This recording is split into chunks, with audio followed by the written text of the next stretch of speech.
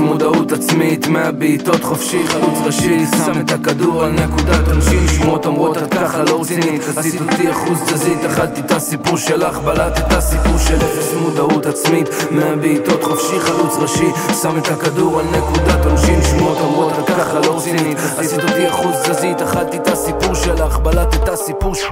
מה חשבת? כל חלום רטוב, תסריט אמריקאי, אף אחד לא שילם לראות שקרים בלופ 15, מה עם קצת לחשוב מחוץ לקצב בלי לסמן עוד וי בעוד סעיף שרק בטוח, זאתי לא הדרך שלי, נדמה שאין מסלול בודד בלופ הזה שלא נגמר, בטח כל אחד דמיין ריצה קלה שלא נדע, נגעת בנקודה אז אתה מבין שאין חזור, לא משנה כבר כמה מיומה דוחף להיות ראשון, אם זה רק מוצר בי נשמה, חיי מדף לא נצח, 1000 פעמים תנסה ואם אחד ייפול זה ניצחון, עוד לפניך ים בורות ואין שום חבל שתתפוס, נהיה רגיל כבר לחלץ את עצמך משיבוא, שנים פחדת מעתיד שלא יספור את הכוונות שלך כלפי הפלואו, פתאום יפה לראות איך בעד עצמו ביגר אותך, לימד צניעות, השאיר צדדית של אור, בר של יושר אמונה ושל תקוות שלא תלויות